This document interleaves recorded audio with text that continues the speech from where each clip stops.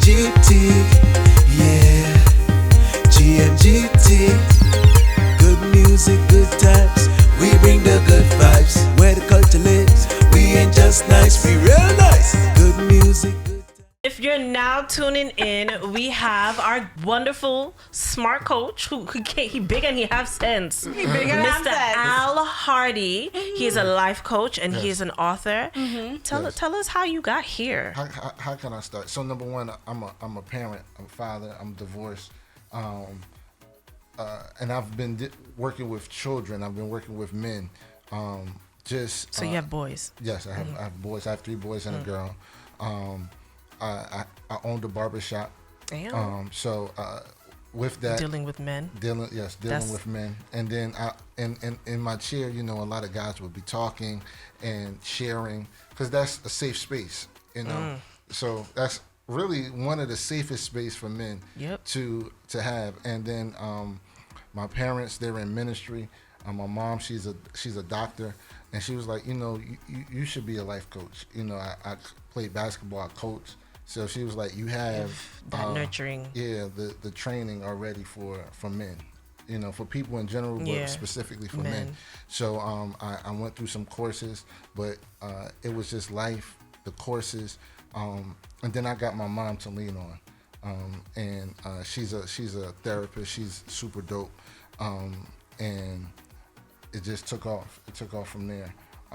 And what really got me to this space was after I got divorced, I started to realize that I wasn't the only one that was going through this pain as a man. And then the support that I had, I realized that everybody didn't have the support that I had. So I went to therapy. Church was very vital. And then camaraderie with other men. Yeah, so I think all of that kind of just helped me to put me into this space. And then a lot of studying. I had to really become self-aware of who I am. So I had to read, and it was good. So as I was unpacking a lot of stuff, I was like, oh, this is what I'm feeling. This is how I am. Yeah. Was it exhausting going through that, like those emotions? And realizing and being self-aware and like, all right, I need to not get it together, but I need to get it together on myself. No, it was more therapeutic than exhausting. Like, you know what I mean? So, for instance, and like, they say emotions, like if you're angry, what's underneath it is you being sad. So if I was angry, I had to realize what was making me sad. Yes. So, and then if I had to cry, if I had to yell, whatever, I got that emotion out, and then I felt better. A lot of times what men do, they suppress that feeling, and now that's where the pain comes in when you suppress it. So I found different ways to release it. So it'd be working out. I started to cycle, I ran a marathon. And then I was just talking, and I had to learn how to confront my emotions. What's the safest place for a man to approach you? I guess the reason I asked this question is because I met my wife through like mutual friends. I think that's the best. The best. Yeah. So kind of sort of like what I think, because number one, she had a recommendation. Like somebody said, "Oh, this is a good guy," and then I'll trust that. But you gotta trust the person. I'll entertain it. I'll definitely entertain it. Yeah. I just told you my friends are saying no to get a yes. Like, see, and that's too much work, because I have to me, I feel like we're back in school, and you used to bully the crap out of the boy or the girl just because you like them, instead of really coming out and saying, yo, I like you. Do you want to be like girlfriend and boyfriend? Check yes or no. Like, what happened to those days when they gave you a little note? Is like, do you want to be my girlfriend or do you want to be my boyfriend? I think that should come back. There's a lot of stuff that comes with being honest, as much as people say they want it. Needs to be had. Honesty needs to. Let me tell you something. People lie to people because they want to control the other person's emotions. I hear you. And respond to a situation. Anybody that lied to you, they ain't doing it for you. They doing it for themselves. And they're like, okay, well, I don't have to deal with this type of emotion. They're not going to be mad at me. So if I lie to them, I'm going to No, sweetheart. You know the math is not math in your head. You need to stop. I don't know. Be Some people honest. like to be lied to. No. Well, I think lying is a form of manipulation. So I agree with you. So I talked to a guy just last night on this show. I don't want to know if you cheated. Straight up, he said it. I can appreciate your life because if I want to sleep with somebody, I'm not going to tell you because you already told me how you feel about it. I said, wow. I can understand why. I could understand. No. But tell me because now I need to make my He decision. was honest in saying he don't want to know. I get Yeah. it. You get what I'm saying? Like, we you. don't like honesty. If he's that person that says, you know what, I don't want to know, I don't want my brain in that space, I really like you, I would like to think that you're wholesome, I would like to think that you're a particular way. That's not reality. no, yeah, he doesn't like pain. That's what it is. He doesn't know how to. The deal fact with that it. he knows he doesn't like pain is a step for me. Like, we can live. No, baby, that's. No, I get you. I can agree to an extent. I can, because some people don't. But the other part though is they have to trust you enough not to cheat. I said what? Being a liar, just a liar, that's a skill set. That's something that people Facts. have practiced. Facts. So on the flip side, honesty is a skill set. You know what I mean? So you have to be able to, number one, be truthful with yourself, and then be truthful with the people around you. So it's a skill set. It's something that you have to practice, and then you have to cause yourself not to feel a certain way when you are telling the truth. You know what I mean? Which can be hard. Yeah. You know what I mean? And when you lie, you should feel like, this isn't good. It doesn't feel right. You know what I mean? But all of that, she's looking. All of that is, it's a skill set. You know what I mean? Do I go to therapy and still see you? Or what is a life coach? That's a good question. A therapist more so helps you to unpack your past, and they're gonna dig like deep into the cobwebs of everything that you've gone through. They're gonna sit with you, talk about the things that you had to deal with as a child. They're gonna help you deal with your pain. And that takes time to unpack. Yeah. A coach is a person who really helps you to give you a goal. So if you have a goal, I'm the person that helps you say, okay, how are you gonna reach this goal? So I'm not here for a long time. I'm not here for a long period. I can be, but I'm here to help you to reach a goal. You know what I mean? So therapy is to unpack your past and deal with past trauma, Yes. so that you could be in a great space, so you could deal with your future, and you help people coordinate their future. Yes. Got you. Yeah. So whatever your specific need is, you should have a coach for. So if it's your health, you should have a health coach. If it's your emotions, right, you should have somebody who can help you navigate that. Some people have a therapist and a coach. So you can use some financial coach. So those are things that I think we need. All the above, yes, thank you. I just need to know what order, Jesus. Like it's. I've seen and became friends with a lot of wellness coach and holistic healing, and go on my journey. There is one thing that I do not get. Why is it I gotta see everybody? Like, is there a central place that you could, like, as my coach, can you give me a list of stuff in the correct order that I'm supposed to attack, when I'm supposed to attack? It's a lot of information from a lot of places to unpack. Just say, hey, like a curriculum. I want a curriculum. Do you do that? I have a curriculum, but then I also have things that's kind of geared towards you specifically. So I think just like you date people, just like you go from job to job, you go interview, you have to do the same thing with your therapist, you have to do the same thing with your coach, and they should be specific to your need, but you have to know what your need is. So that might take some time, you know what I mean? But as you're interviewing, you'll be like, oh, I like this, and then you can come back to them. Don't take your time. Take your time in getting the right person that's for you. You know what I mean? It's like building a house. Yeah. How was growing up in a house with a mom that's a therapist? The funny thing is, my mom wasn't a therapist all my life. You know what I mean? So she was, when I was 17 going into college, that's when she started, this whole journey. But it's always been there. It's always been there. It has, but, so what her going to college has done is it helps her to become a better parent in Charlotte, and she was speaking on a big platform, and she said something that I didn't know she noticed, right? She said she realized that she had to go to therapy when she would come into the room with me and my brother, and we would just leave. You know what I mean? Like, so, you know, she was being a mom. Yeah. She was being a mom, like, you know, talking, nagging a little bit. You know, I don't want to say nagging, but she was nagging. No, she was nagging. It's okay. and she was like, we'll be having a good time playing. And next thing you know, when she come into the room, we just get quiet. Because y'all knew it was about to happen. And then we'll just quietly leave the room. And her point is that she want people to understand the signs when you need some help, when you need some therapy. But for us, to the point is that, you know, she wasn't who she is now. She's always been unpacking this. I think one point that you make, and specifically for men, is that we need safe spaces. I think a lot of women, you ladies are great at creating safe spaces for each other, you know, supporting each other. So do you ask for that though? Do you ask for what it is that you expect? Do you ask for that expectation? Do you say, this is what it is that I need, this is how I need it?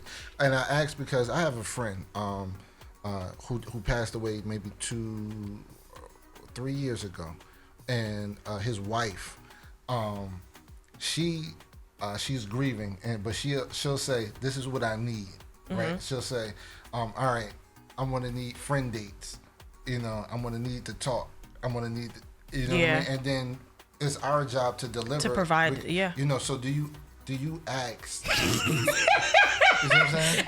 I get to know you first, right?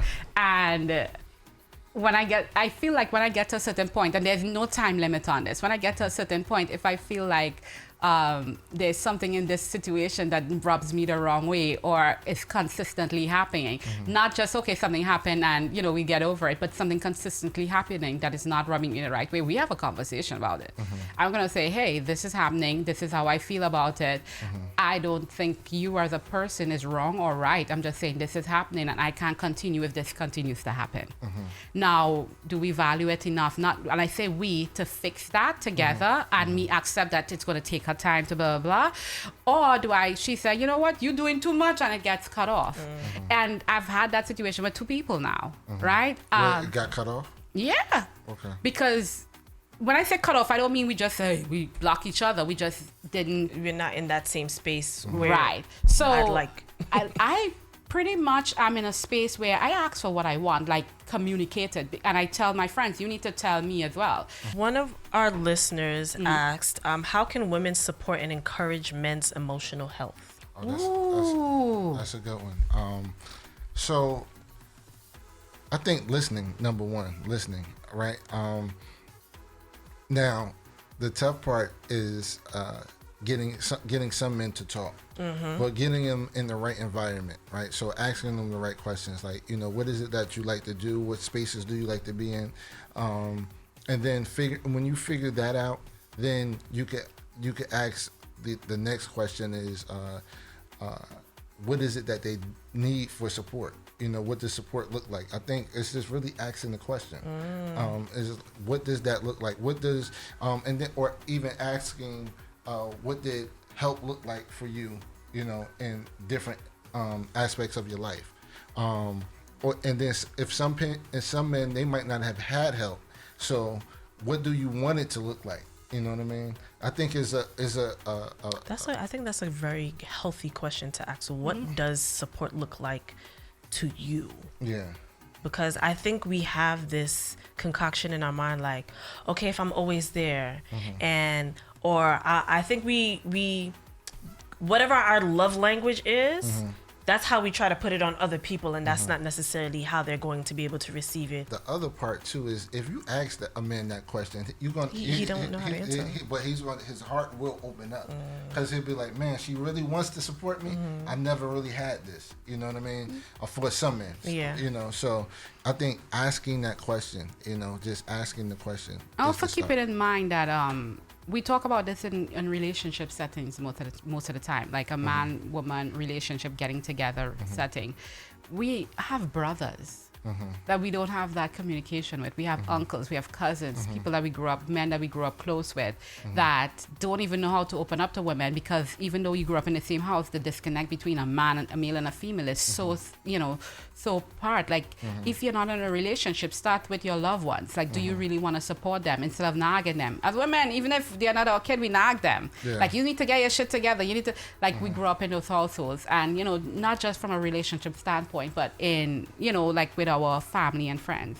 I think creating the atmosphere for people, like for a man, right? If he wants to create a nice date, you want to create the atmosphere for a woman, right? So it's the same thing with a guy. You want to create an atmosphere for a guy. I tend to think that, and with the guys that I've been working with, is when they're moving, they're, after they worked out or after they've done some physical activity, they're more apt to open up. Vulnerable in a state.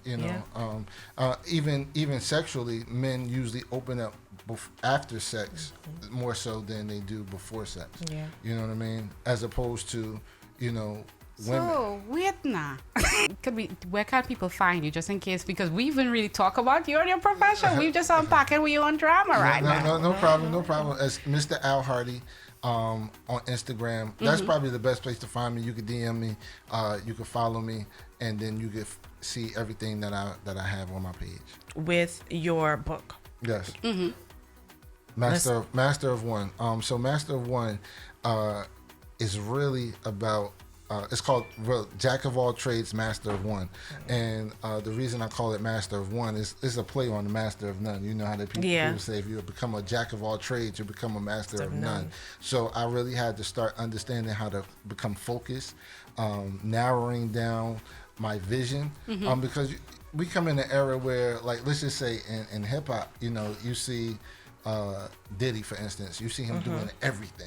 You know what I mean? You see a lot of people, they get to a certain space and they are able to accomplish everything, and you're like, man, I want to accomplish everything too, but you don't realize the thing that they did to get them to that space. So I had to start really narrowing my focus. And one of the biggest, and since we're talking about relationships and friendships, one of the biggest, and it's a small read, I wanted to make it easy for people. One of the biggest things that in my book, I have this acronym for trust. And I use it, and the T stands for thankfulness. When you're in a relationship with somebody, you need to be thankful. You know what I mean? You want to start off with gratefulness. I'm grateful that you're here. I'm grateful for meeting you. Then the next thing is reliability. In a relationship, you need somebody who's consistent, who knows how to show up. And I think you mentioned it. How do you want people to show up for you, and how do you show up for other people? That's reliability. And then you have to execute in that. Got it. The U stands for understanding. We both could come to have a knowledge of one thing, but if we don't have an understanding of it, it's of naught, right? So we need to have understanding. The S stands for safety, and that's a big one. We talked about that, being in a safe space. Men knowing what a safe space is for men, and men need to know what a safe space is for women. But even in your friendships, you know what I mean? We need to know what that safe space is. And I believe after you get through that T, that R, that U, and that S, then transparency comes. That's when truth, that's when honesty comes. But I think everything else leads up to that. You know what I mean? Does that make sense? It makes perfect sense. Makes a lot of sense. It makes perfect sense. I got the curriculum. Is there any projects that you're working on? So me and my wife, we're going to be starting a podcast soon. I'm excited about that. Just got married in September. Congratulations. Thank you. And it's been a blessing. She's everything that I prayed for. I mean, and I have prayed, like, you know what I mean? I didn't like, I just wanted to make the right decision. I think a lot of times in relationships, we don't know how to select a mate. You know what I mean? We're not taught that. We're not taught that. We're not taught